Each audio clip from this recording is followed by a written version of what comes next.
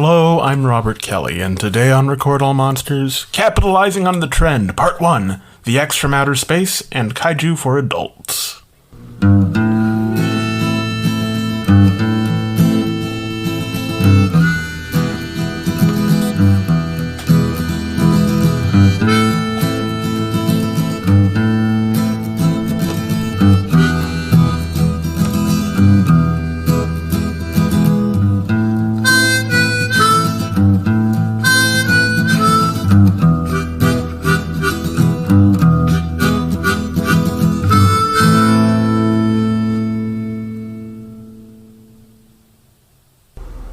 Hey, look at that dent!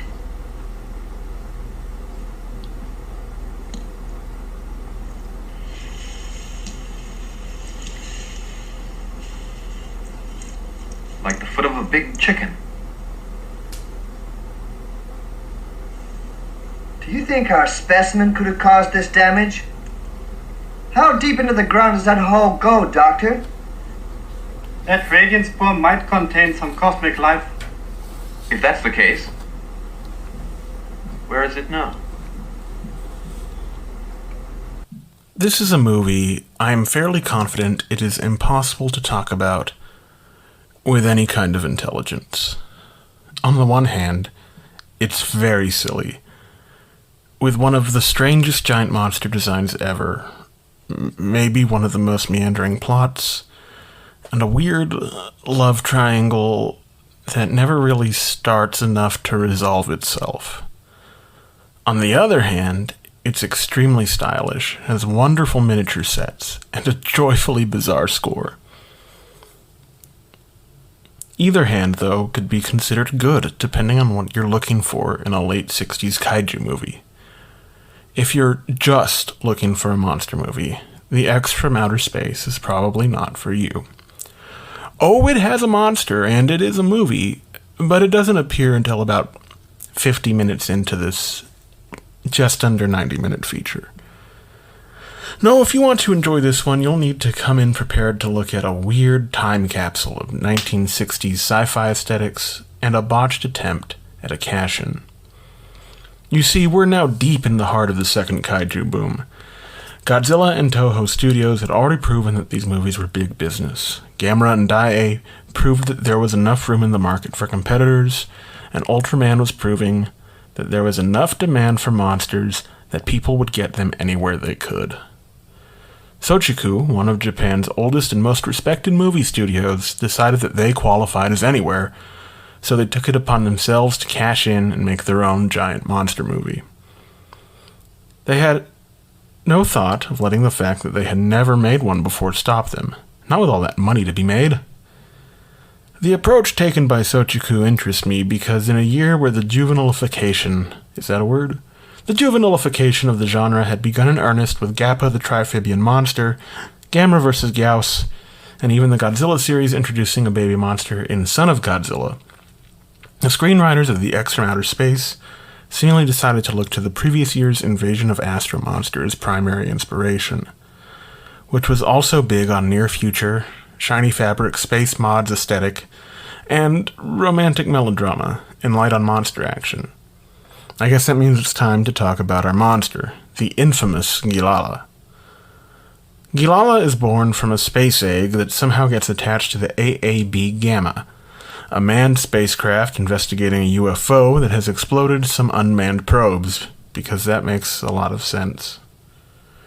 Before we even get to that, though, the ship's doctor gets sick, and the crew is forced to land on the moon base, where the captain's girlfriend, Michiko, is waiting. This complicates things for the crew's biologist, Lisa, who is in love with the captain, I think. But if you were to watch the movie on mute once they land on the moon and hang out in the lunar base's cocktail bar, you might think Lisa was in love with Michiko and that Captain Sano was the third wheel, jealously watching from the sidelines. At any rate, we finally see the monster after some more moon love triangle stuff, and the UFO passes by the ship once again, this time depositing the egg. On returning to Earth, Captain Sano, his girlfriend, and her girlfriend all go out for drinks, leaving the egg in a containment unit which fails. The egg reacts with our oxygen-rich atmosphere, and voila! Instant kaiju. And a goofy but neat-looking one at that. Its head looks like a cross between a chicken and a pierogi with antennas, and thighs that foreshadow the Heisei-era Godzilla. I just watched this movie, and I can't remember if he actually made a sound like squeaky mattress springs with every step or not, but it would not be out of place. Its roar sounds like they slowed down and distorted a guy going, roar. And it had shoulders with natural pads that looked like something Lady Gaga would wear. A lot of people are down on this movie, and on the one hand, I can't really blame them. If you're expecting anything like a regular giant monster movie, you'll be disappointed. But if you're a fan of retro-future aesthetics, subtextually sapphic love triangles, bossa nova music, or questionable morals about not dating outside your nationality, this movie's for you. I fall somewhere in the middle, and I try to treat this movie like I treat an oatmeal raisin cookie. It is what it is, and you can't be upset that it isn't the chocolate chip cookie you imagined it was when you first saw it on the table. You took a bite, and maybe it's not the cookie you wanted, but it is the cookie you have. It won't hurt anything to go ahead and finish it. Unless you're allergic to raisins, in which case I advise you to spit it out, call a doctor, and maybe induce vomiting.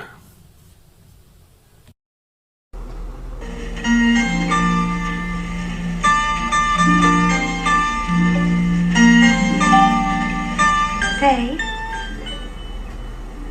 Kirara, where is he now? On an endless journey. The rocket was sent out of our solar system.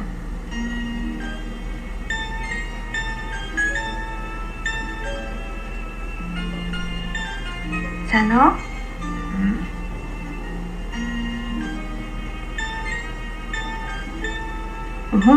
Never mind. Hello, I'm Robert Kelly, host and writer of Record All Monsters, and this is an ad for Anchor. That's right, it's an ad for Anchor, and if you haven't heard about Anchor, it's the easiest way to make a podcast. I was really intimidated at first to start this show until I heard about Anchor, and there were a few things that made me feel more at ease to begin. First of all, it's free.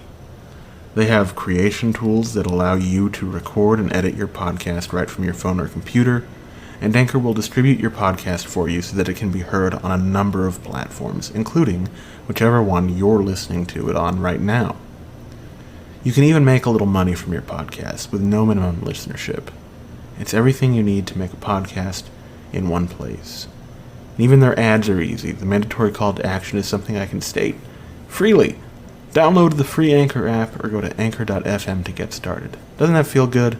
This has been an ad for Anchor, and I've been Robert Kelly, host and writer of Record All Monsters. Hello, and welcome back to Record All Monsters, where we are here with the inimitable Derek M. Koch of Monster Kid Radio. Hi. I don't know what to say. Happy to be here. Can we say that we just recorded for my show right before this? Oh, absolutely. And I'm even promoting this episode as a double feature. Nice. Is this going out this week? Yeah, it's going out this week. Nice. But we're here today. We just talked about the Vampire and the Ballerina over on Monster Kid Radio. Mm-hmm. Check that out. Please. We'll have the link in the description. And we're here now to talk about The X from Outer Space. Oh, yeah. Completely different movie than The Vampire and the Ballerina. Oh, yeah. Weird double feature, but, you know. That double feature is just demented, because who would put these two together? We would. We would. We would. I wanted to ask you, Derek, how did you come across this movie? So I saw the Criterion release of the 4-pack of what's it called? The films of. I even had Dominique Lamzey's teach me how to say this correctly. The horror comes to Shochiku? That's it. Horror comes to Shochiku. I saw the pack. I saw 4 movies. Criterion's doing horror movies. That's got my interest. One of them's a giant monster movie. I'm in. And I think I discovered it shortly after the birth of my kaiju loving period of, I came to kaiju late. I was a very American centric monster movies, go with the European stuff with Hammer and all that. But my kaiju stuff didn't really happen until I saw King Kong versus Godzilla, in person on the big screen at the Hollywood Theater in Portland. And that bit me and bit me hard. And I just started exploring, and I saw that Criterion set and I had to have it. Had to have it. And so the way I came across it was, so back in the early internet, there's still a lot of good B-movie sites, but because so many of them are video or podcast based now, most of them used to be just written essays. I'm talking about like Bad Movie Report, Stomp Tokyo. Are you familiar with those? Yeah. I read a review for this on Stomp Tokyo, which said it was the worst giant monster movie of all time. Oh, come on now. And I was like, that seems a little hyperbolic. I hadn't seen the movie, but it became kind of like a holy grail or white whale kind of thing for me to find it. And I found a VHS of it, the Orion VHS, when I was at an antique store. And I went up to the counter with it, and they were like, oh, that's not for sale. It's decoration. And I was wow. Like, so then that just made me feel even more like, I have to see this movie. Yeah, no kidding. And eventually I found the same Criterion box set when they were doing one of the Barnes & Noble's 50% off sales. Nice. And I picked that up, and I watched it pretty much immediately. And with the expectation for it to be the worst giant monster movie of all time, that was definitely hyperbolic. Yeah, there's no way. There's no way. I mean, did these people see Godzilla Raids again? Or I mean, is it a little silly and goofy in spots? Sure. Is the music something that's gonna like move you the way some of Godzilla's music? No, not at all. But it's just cool. I love this film, man. Unapologetically. It's so much fun. In the essay portion, I talk about, you kind of need to temper your expectations for this if you're coming from either, like, expecting it to be, some kaiju masterpiece. It's not, but it's really good and it's fun. If you're expecting to be the worst kaiju movie of all time, it's not. It's really fun. Yeah. Yeah. And the music, you bring up the music, I just it reminds me of the theme from My Three Sons. Oh my God. Yes. Oh my God. Yeah. Yeah. But and it plays a lot. It repeats itself a lot.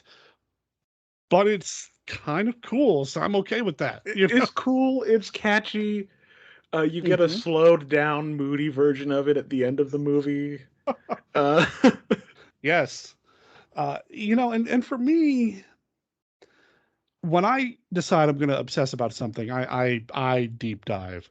When I first discovered Ultraman and decided I loved Ultraman, I didn't stop with just Ultraman. I went nuts.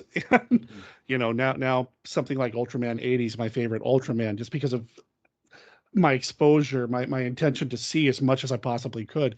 And when I discovered that, yes, there was a kaiju fan in me, I didn't want to just watch the Godzillas and the Gamras. I mean, that's what everybody watches, right? I want to go outside the box. And here's this company that's known for anything but horror films that decided to make a giant monster movie in the 60s for some reason. I got to see that.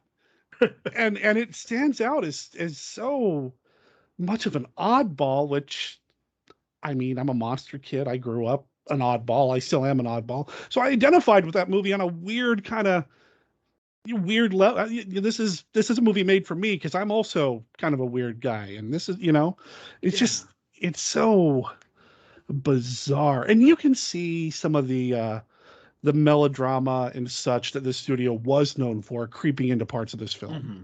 You can almost see a weird love triangle bubbling beneath the surface, but not, because it's really a monster movie at its heart. But you still see all these little things happening here and there, and it gives it such a different feel than anything that Toho or Daiei did at that time. Yeah, very much. The closest it comes is it's similar to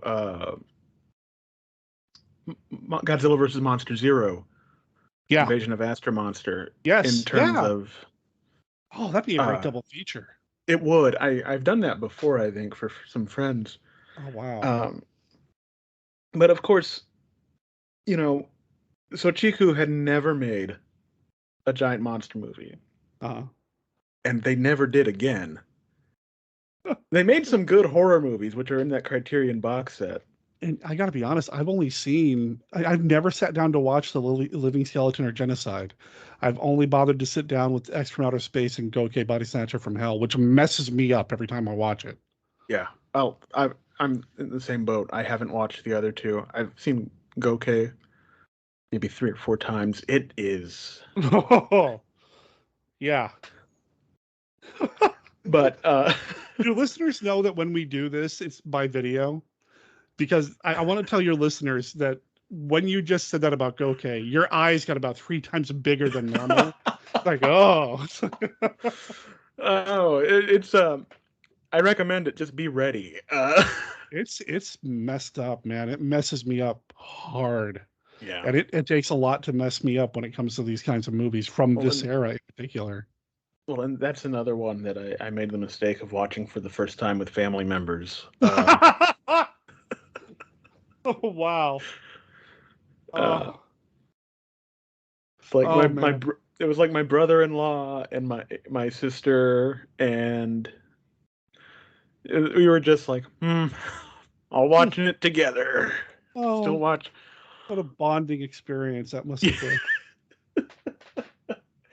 been. Making memories in the Kelly household, But that box set is wonderful, and I do like to point out whenever someone denigrates that movie. Well, it's in the Criterion collection. Yeah, it's Criterion. They don't mess around. I mean, there's a reason why we've never seen Criterion put out an Ed Wood or a Monos or something like that. Not that I don't love those movies as much as anything else, but come on, They did put out The Incredible Shrinking Man recently, which I picked up. That was cool. But that's Jack Arnold, and it's Universal. It's Universal. He's an auteur, Mm-hmm. He has a style that is recognizable. But back to the X from Outer Space. Yeah, this guy. Gilala is the name of the monster. Gilala turns up in another movie somewhere, doesn't it? Yeah, so Chiku went out of business in the early 70s, I think. Mm-hmm.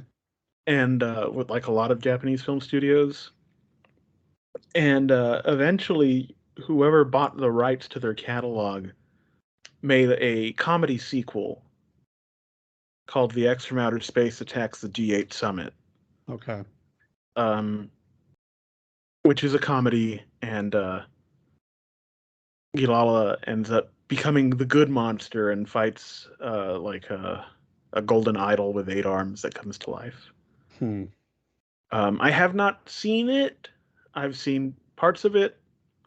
I much prefer the sometimes unintentional comedy of the original one, and this very forced, like, hey, that movie was not well received, let's make fun of it. Right. I'm in the same boat. I love the monster design. I think it's cool. I think it's unique and different than anything Toho was doing at the time. I love Toho stuff. Mm-hmm. Subaraya was a master. This almost feels like a predecessor to the Ultra Monsters in terms of its design and Oh, I had never even thought about that, but I love the Ultra Kaiju. I mean, I got my little Red King right here, man. You know, I love my Ultra monsters. So wow, I didn't even think about that. Yeah, maybe that's why I love it so much. And I don't have the information in front of me right now, but I did talk a little bit about the people working on it. They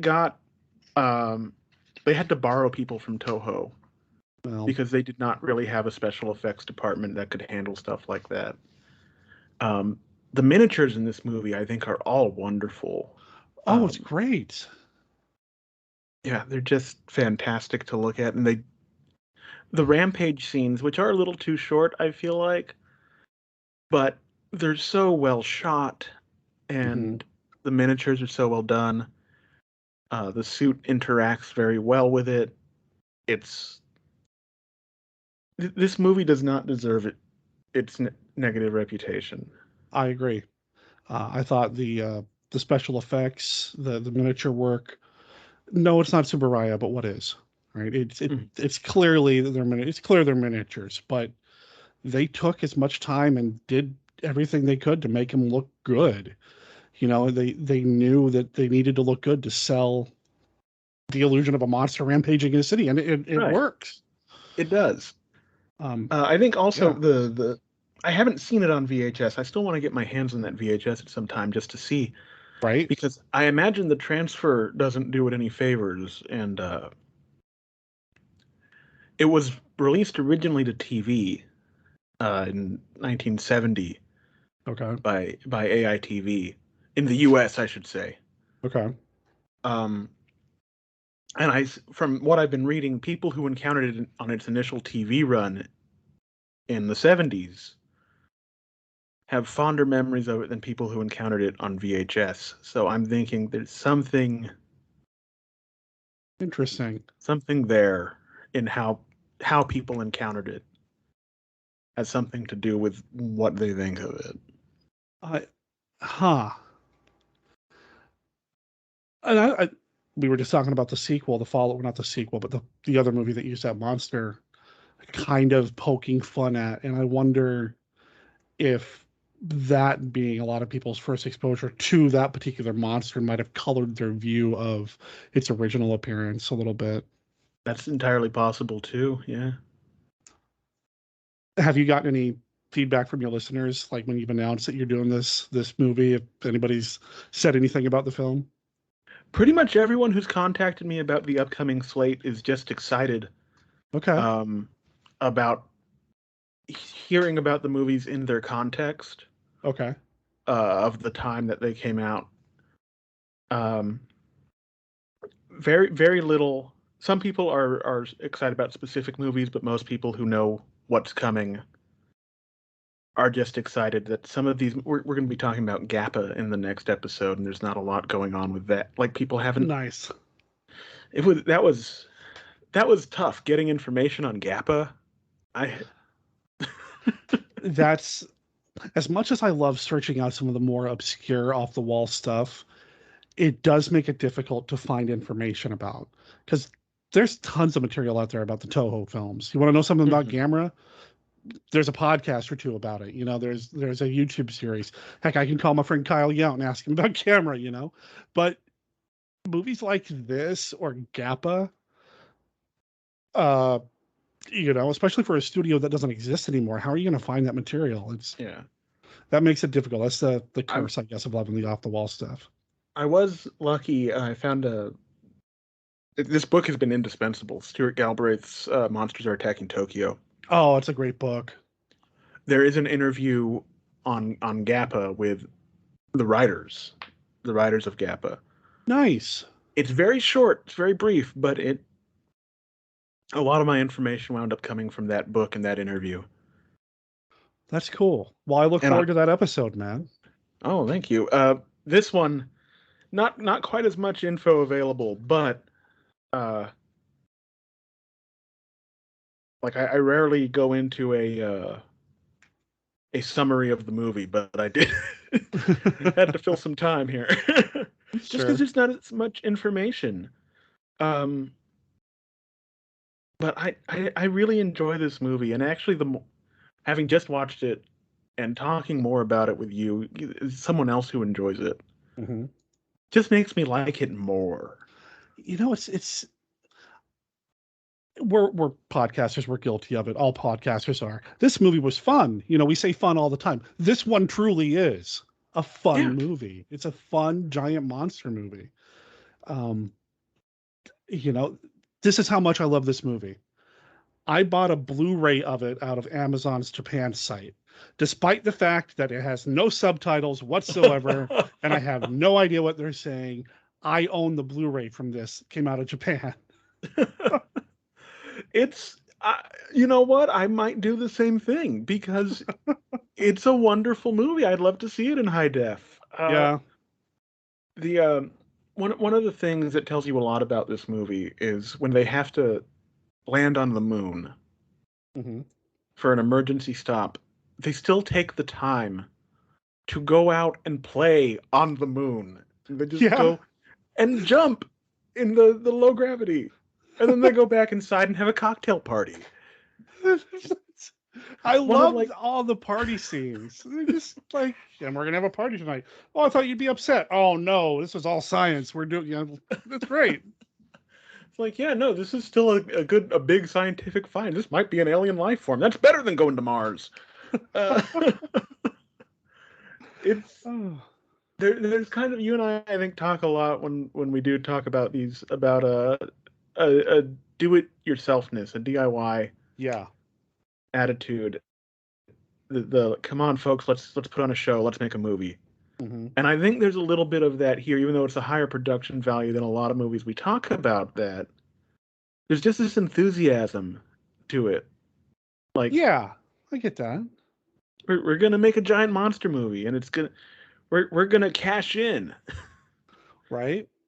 But it's not just going to be a cash in. We're really going to try to make something fun. Yeah, along and the way. I think they did. Yeah. Huh. I think I the more I reflect on this movie, the more I enjoy it. Especially, I don't actually remember if this happens. I don't think it actually happens, but in my mind, every step Gilala takes, you hear like a mattressy sound, like a porka, porka. It just it just fits, I don't know if it's actually in the movie now or not either, but I kind of hear it in my head. Yeah, and it does fit. It's just so much fun. I read someone describe Galala's head as cross between a chicken and a gravy boat, and okay, that's the bottom line, folks. This movie is a lot of fun. When you watched it for this recording, I'm assuming you've watched it both ways at this point. Did you watch it dubbed or subtitled? I watched it dubbed this time. I was the opposite. I truly enjoy some of the stuff in the dub on this one. There's not a lot of, there are some differences, but I don't remember coming away from it this time thinking there was a lot of differences. Did you notice anything?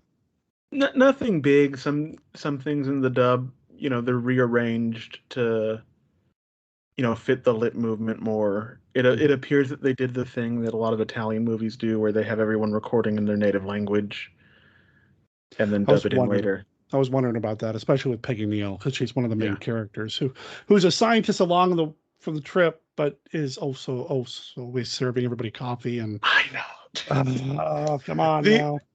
The gender politics of this movie are not great. She does make a point that, hey, look, I'm not a cook. I am a scientist. I am here for this reason. You're lucky I feed you anything at all. Yeah. That came through loud and clear in the subtitle as well. So. Yeah. The other thing that has not aged particularly well is the seemingly, probably unintentional message of hey, you're a white lady. You shouldn't be with this Japanese guy. Yeah. That was a thing. I don't know if that's like exactly what they were going for, But Yeah. It did. I picked up on that too. There was yeah. Like nobody was openly hostile towards her, no, like everyone but got well. for the most part, Michiko was a little bit, a little bit, yeah. little catty. But nothing, yeah. So nobody flat out was like, you need to be with your own kind or anything like that. It's there. There's an Yeah, well, undercurrent over there. Yeah. one character is even encouraging her to go to make a move on the captain or tell him how she feels. Mm-hmm. And it just kind of comes out of left field because again, there is kind of a love triangle.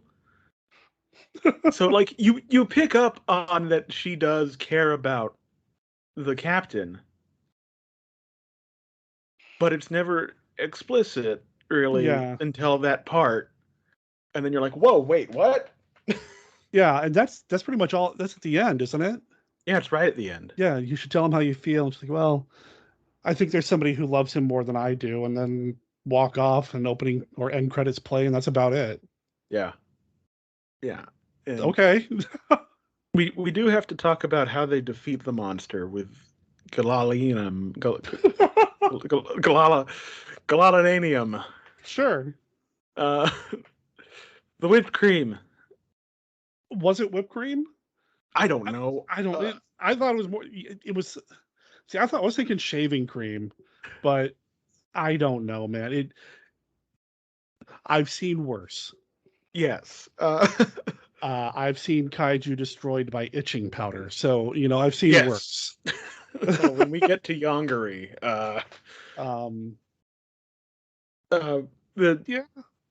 well, one thing I think in my first appearance on your show, we talked about this movie briefly. Yeah.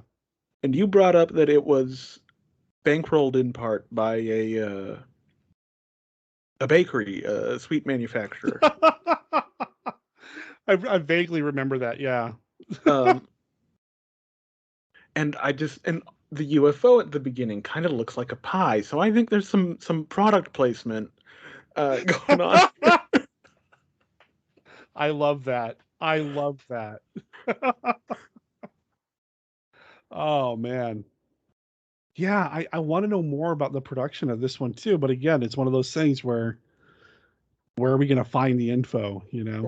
The Galbraith book that you mentioned is phenomenal, but I want more. Yeah. There is a little insert that comes with the Criterion set. Each disc has like a short, 2-pager essay about it. So you learn a little bit more about the company and what it was doing at the time as opposed to the production of the film, but it's still pretty cool. All right. No, and I used some of that. But, I think we're going to go into a break here and then come back and we'll play our game show. Oh boy, here we go. This edition is called X Marks the Spot. Oh boy, okay. Here we go. I'm ready.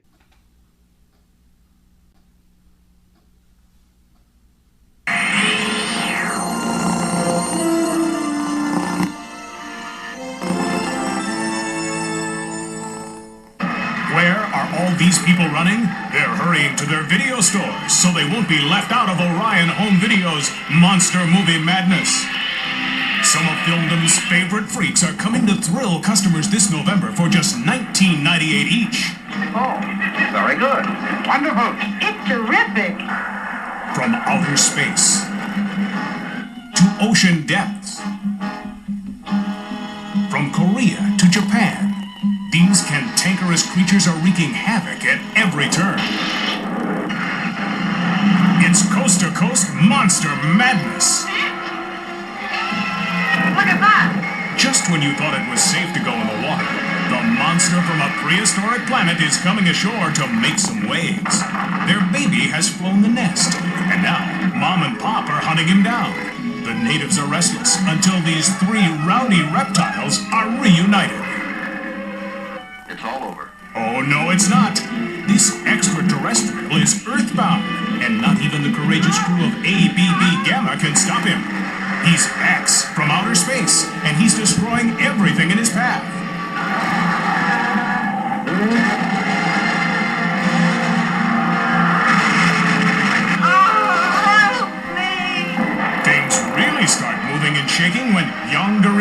monster from the deep comes to town. It's your gun, he's coming out! He's the new guy on the block. And the neighborhood will never be the same. Save the earth! Save the earth! Save the earth! Only one thing can save the earth from this sack of sludge. Godzilla! That's right. The big guy's back to battle it out in Godzilla versus the Smog Monster. He slides. He flies. He tries the evil eye, but he's no match for the granddaddy of them all, Godzilla. Godzilla! Thanks a lot! Monster from a prehistoric planet. Yondery, Monster from the Deep. Godzilla versus the Smog Monster. And the X from outer space. 4 fabulous monster movies packed with firepower. Coming from Orion Home Video at just $19.98 each. Orion backs this monster movie collection with ads appearing in these trade publications. And these enthusiast publications for a combined circulation of over 2.5 million readers. We are also providing a full-color fold-out brochure, an eye-catching poster, and an alluring cassette box for each of the 4 titles. Remember, the order cutoff date is October 31st, and the street date is November 16th. Monster movies, only $19.98 each, coming from Orion Home Video. Hello and welcome back once again to Record All Monsters, where we're here with Derek M. Cook, the host of Monster Kid Radio, Monster Kid Hall of Famer, other accolades, Rondo Award winner. To play the game, X marks the spot. Now, Derek. Oh boy. How are you feeling? You know, actually, I enjoy this a lot. So yeah, I'm ready to go, man. Let's make some magic happen here. Let's do it. All right. So, the letter X has been used from olden times to denote different things. I was going to make this game initially about relatively tame movies that wound up with an X rating in the UK, but there were fewer of those than I thought. So our new game, X Marks the Spot, will have me asking you trivia questions about various famous people named Mark. As usual, prizes and penalties are both forbidden by state and federal law. Oh wow! Oh wow! Okay. This show is famously tangentially related. This might be not even tangential. Wow. The name of my Monster Hunter character in my writing is named Mark. So let's try it. Let's do this. All right. First question. Is it true that Mark Wahlberg is a fan of all but one of the Boston area sports teams? Oh God, you're asking me about sports? Sure, true. I have no idea. It is false. He is a fan of all the Boston area sports teams. You may insert the Marky Mark and the Funky Bunch joke of your choice here. This is not giving me any good vibrations. I'll tell you that.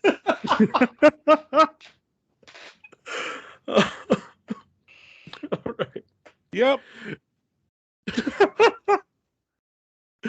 True or false, Derek? Mark Strong, the actor, was almost cast as Anton Chigurh in the Coen brothers film No Country for Old Men. Oh, wow. That would have been interesting.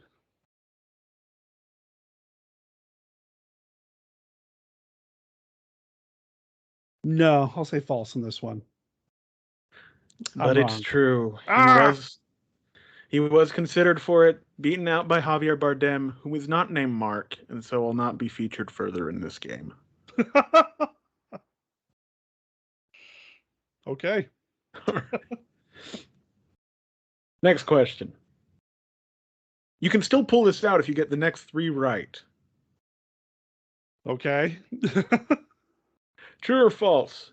Mark Duplass is the 3rd name to come up when you enter the name Mark in the IMDb search bar.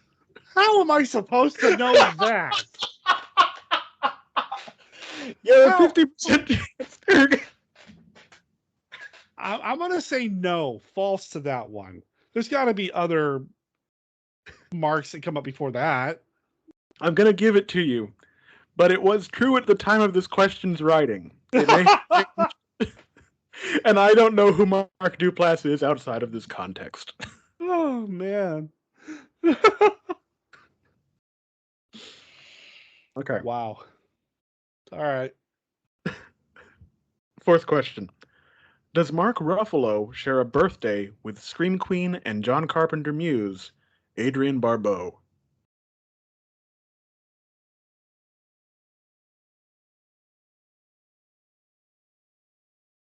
True. False. Ah! He does, however, share a birthday with Scream Queen and John Carpenter muse, Jamie Lee Curtis. That's... I was running through my head. I knew it was one of them. I knew it was Jamie or Adrienne. I was like, which was it? So, yeah. Nah. Oh, well. You get half a point for that one. Okay. Because that one was... No. That was... Okay. I didn't do you any favors. Okay. Last question. Did Mark Hamill go to high school in Hokkaido, Japan? No. You're correct. Oh, okay. You're correct. But he Okay. did go to high school on a military base in Yokohama, Japan. The Niles C. Knick High School, which was locally referred to as Yo High. Okay. But so you got 2.5 questions right. That means you pulled it out, Derek. Yeah. You now have a winning record on the Record All Monsters game show. This is my favorite part of the show when I come on. It's just the random questions you come up with, man. I love it. Well, thank you. I was going through British film certification stuff, Mhm. looking for movies, and some of them were pretty obvious. Like the only one I thought I might get someone on was Animal Farm. There was an animated Animal Farm that was X-rated because it was so... Really? Yeah, well, it came out in 57 or 6. Wow. So it was X-rated because of the gravity of what the allegory and stuff. Wow. There's nothing objectionable in it at all. But I was like, well, this game is going nowhere, and it's like I gotta throw something at the dartboard. See what we landed on X marks the spot. All right. Well, that was fun. I'm People glad should you see this movie and keep listening to your show because it's awesome. Well, thank you for saying so, Derek. And Monster Kid Radio, which we're on. We're doing this again, same week. Yep. And heck of a double feature. So we'll get your links in the description. Okay. MonsterKidRadio.net is...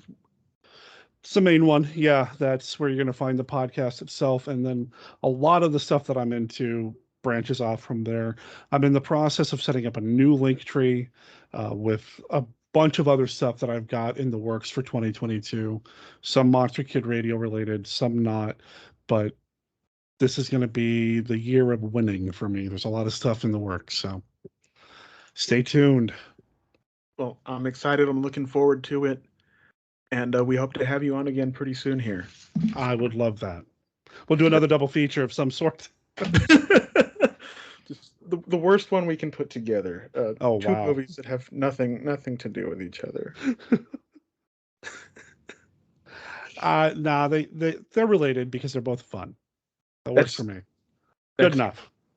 Good enough. That's very true. All right, Derek. Thanks again, man.